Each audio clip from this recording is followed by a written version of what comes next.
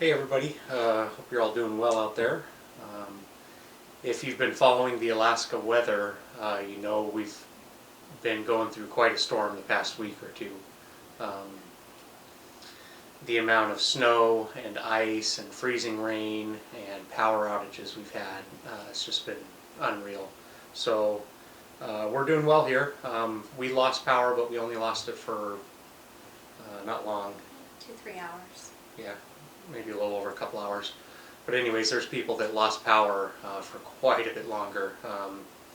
There were people that we know that were out for 5 days or more, and it's just such a scary thing. So we're lucky, you know, that we didn't run into any too hard of times or anything like that. But we figured we'd do a quick video on 5 things to make sure you have on hand in case you do lose power, because it does happen up here quite a bit. And the poor people that lost it, you know, we hope they're all okay and made it out all right. But once that power goes out, there's not a lot you can do except, you know, wait for it to come back. So we figured we'd go over 5 things that are pretty important to have on hand, and we definitely make sure we have them ready just in case, and thought it might help somebody else out there. So yeah. Perfect. Well, the first thing we are going to talk about is light. We keep these on hand in multiple spots throughout the house, just your good old flashlights. Kind of an obvious one, but keep them in a spot where you know where they will be, and yeah, that way if the power goes out, your lights go out when it is pitch black. I know we use them to go get wood every morning and every night, every time we go get wood. yeah, we keep them by our doors, keep them in the cars, keep one in your glove box, especially in Alaska, not having a lot of daylight. Just Yeah. have plenty of flashlights. We're gaining light now though. Mm-hmm. Another thing for lights, we have our kerosene lanterns, and if anybody has made the trek up here through Canada, you know how difficult it could be, so we are happy to report that our Arizona lanterns made it up here safe, and those came in really handy last week when we lost our power. Even though it was still daylight out, we kicked them on and kept some light in the cabin here. Mm-hmm. So that was really important to have. They run on kerosene. You'll notice quite a few things we have do run on kerosene. Blake can go over the benefits of that. But yeah, number one, have your light and be prepared for when the power does go out. If the lights go out, you know where to get your lights from easily. Yeah, definitely. Kerosene, it's such a cool thing, you know, it's not that expensive, it stays, you know, for a long time, and you can buy these big jugs of it. I'll grab one. You know, and just throw them somewhere and have them. I don't remember what we paid for this, but it wasn't a lot, probably around $10, and we got 2.5 gallons. But with that, we can run lights, and brings us to number 2, you know, make sure you have heat. Yeah, we have a wood stove, of course. We're lucky for that. And we have a Toyo, but even though it doesn't use a lot of electricity, it still needs electricity to run. So another thing we keep is a kerosene heater.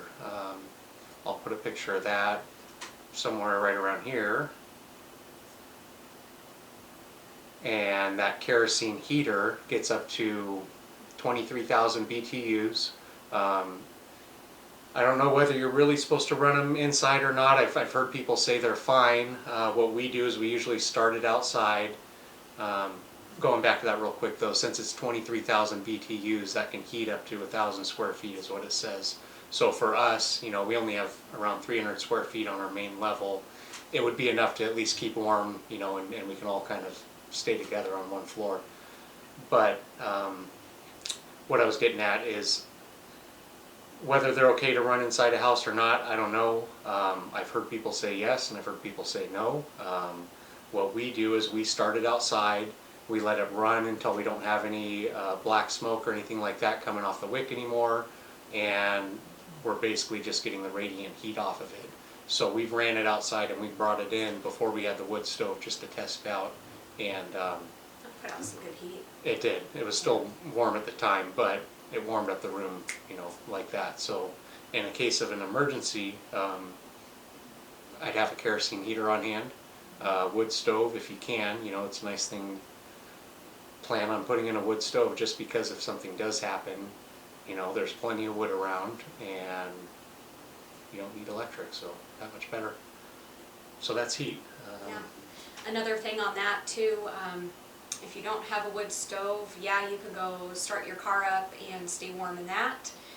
But then you worry about all of your pipes freezing. If you do have any running water inside your cabin or your home, you're going to come back to a mess if you let it freeze.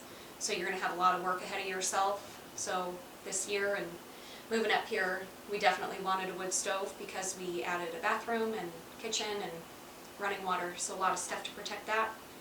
But going on to number 3, this represents water. You will definitely need clean drinking water, clean water to do any dishes. Take Toilets. Yeah, fill it up. And for us, I know as soon as the power went out, we immediately went out and filled it up with snow. And even though it was packed over the top, it doesn't provide a lot of water, so it's a lot of running out and getting snow. But if you keep up with it, you eventually have your pot of hot water. See that? What a lot of people up here would do is they'd fill up their bathtubs or fill up anything you can with running water while you have it, just in case. Just in case when it goes out, at least you have it to be able to flush your toilet or do dishes or wash your hands or drink or whatever you need. But fill up any containers you have. You know, if you can't go out and buy gallons of water, at least fill up something so you have water on hand. Like Krista was saying though, we packed this thing full of snow and melted it down. You can't really see that. But it goes down to about a quarter, so it's not the most efficient way to get water. Don't plan on that. But it works, you know, in a pinch. Yep, that's a good worst case scenario, but as soon as, like we said, as soon as our power went out, we went and topped it off with snow and put it on our wood stove, and I think within, 20 minutes, not even. So water, definitely have water and have a source of water. If our power went out, we would not have a well pump.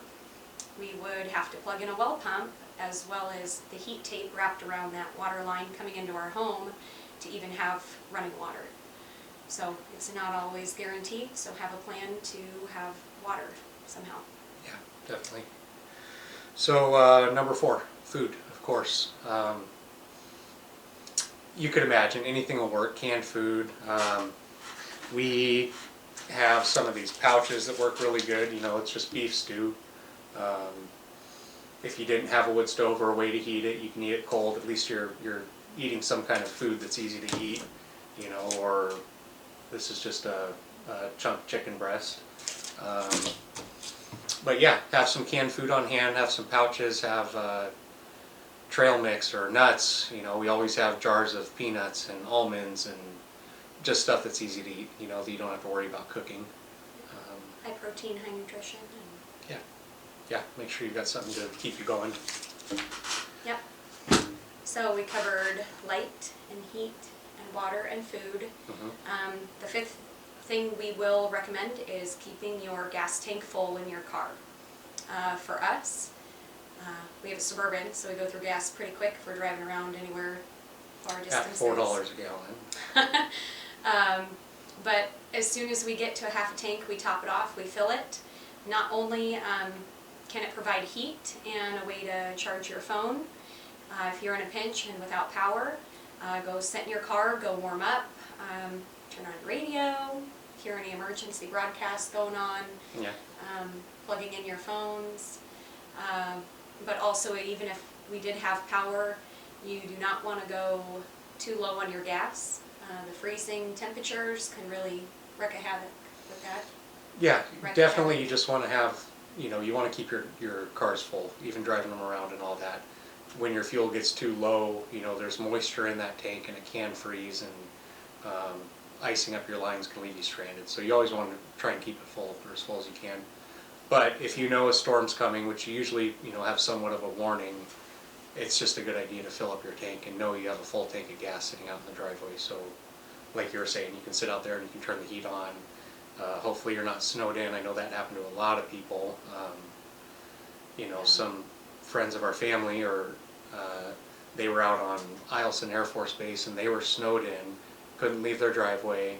Didn't have power for almost a week. Could hardly get a hold of anybody to plow. You can imagine every single plow truck driver out here was working night and day. And they were doing their best, but just, you know, a lot of them were stuck in their own driveways, and the roads got so bad with all the ice, it was just, it was a pretty big deal. So they were out of power and stuck and not even able to leave their driveway. So thank goodness they're all okay. But just being ready. Yeah.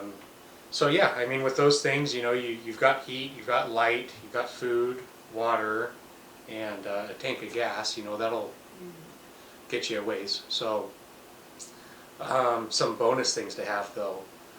We happen to have, when we built the cabin, we set it up so we didn't have to use a lot of electricity, and a lot of our stuff runs on propane. Our oven runs on propane. We can't necessarily use the oven part of our range, but we can use our cooktop. So, lighted by hand. right, the oven takes, it's kind of like a glow plug. It has to use electricity to heat it up and tell it to fire, but we can cook on the cooktop even without power. So we did that on purpose just in case anything ever did come up. So our stove runs on propane, our water heater runs on propane, but again, you have to plug it in just to get that digital display and to run the computer board inside of it. The only real big electric draw that we have is our washer and dryer. Worth it. Yeah, worth it, but who cares if the power's out, you know, whatever. Anyway, so a bonus thing to have, right? Have a generator. What a lot of people don't know, and I didn't know till recently, is that you can plug that generator into one of your house sockets and you can actually run power back into your house and reverse feed electricity. So we learned how to do that this past week, and what a super handy thing. You know, even if you couldn't do that, you could at least plug in your Toyo heater or some sort of heater, or your well pump, your heat plug in tank, your well pump. Yeah, exactly. running So water. we have Plug in your car. we have our generator, and the cool thing about that, I'll show a picture of it right here. So the cool thing about that is that it runs on propane. You know, we have 300-pound propane tanks that we keep at our property. One runs the grill or the stove, one runs our water heater, and then we always have a spare. So if we did lose power, we can put that extra 100-pound propane tank on our generator and pretty much power our whole house. Very thankful to have that. We've probably used it, we've had it for about 5 years now, and the thing runs awesome, always kicks on when it needs to. And propane's just super easy, especially if you're using it for your house. You know, we've always got propane around, so for us that works out really well. Yep. Even if it is $4.27. It's expensive, you know, but it'll save your life. You know, what are you gonna do? So, yep. Any other fun bonus things you got? I have one game fun or- bonus thing. I really wanted to talk about this. It is our favorite game to play with the kids. Mhm. The box is completely worn. Half the cards are completely worn. But Monopoly Deal, if you have kids and oh my gosh, setting up real Monopoly is the worst. Like, and our kids used the pieces for random things and the money for random things. We left out in Arizona. I think We played so much Monopoly though, the classic board game. It was one of the games we played all the time. And when we found Monopoly Deal, a round only takes about 20 minutes and it's really fun to play. So make sure you have games around, you know, because if you have kids, or even with us, we'll play that, or we'll play Skip-Bo or something to pass the time. Because good deck of without cards. power, it's, time goes a little slower. So. Yeah, we're up here. We came up here for a slower pace of life, so if the power went out on us, I wouldn't be too upset. We're ready. We're prepared for it to go out, and we just take the time and enjoy our time together and being out in nature. And part of that is not having power when you have big storms coming. But big prayers for everybody down in the Matsu Valley area. They went through horrific storms, worse than us up here, and they're now about to get hammered again this weekend with up to 60-mile-an-hour winds. So anybody near Wasilla, Palmer, north of Anchorage. They're all getting hit pretty hard down there again. Easy for us to say, like, you know, because we only lost power for a couple hours. We don't It have almost winds, we sounds, do. I know, you know, we don't have all of that, but when you haven't lost it, it almost sounds, you know, kind of like a challenge, or there's something fun about it, being prepared, right? But the poor people that actually lost power, you know, we don't mean to take it lightly or anything like that. Yeah, they were snowed in. We could only imagine how hard it'd be, and we hope everyone was okay, so. I know one couple from our church, man, they had the snow on the wood stove, they had their propane grill, Yeah. they had everything going inside. They were out for, goodness, almost a week. But yeah, they made it, and they were positive about it. We ran into them at the grocery store, and the grocery store is another thing, you know, when you have these big storms, the trucks can't come in, so a lot of empty shelves in the grocery store. There's plenty of food, you know, but trying to find eggs or milk or stuff like that, they were out after the 5th day or so whenever we made it in. And yeah, it's just a different thing, you know, being ready for it. And our short video turned into a little bit longer video, but you know, it is what it is. Appreciate you guys watching. Anyways, that's pretty much all we've got. So if you do have any questions or anything like that, reach out and ask us or comment or whatever you can do.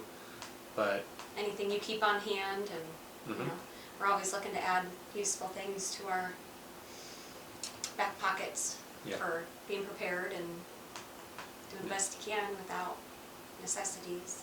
Yeah. So Always be prepared. So we made it through this last storm, and we'll see what the rest of the winter has. But there's 5 things. Make sure you have them on hand. So talk to you guys later. I'm sure there's plenty more. Okay. But anyways, cover your basics, and we'll just see you guys next time.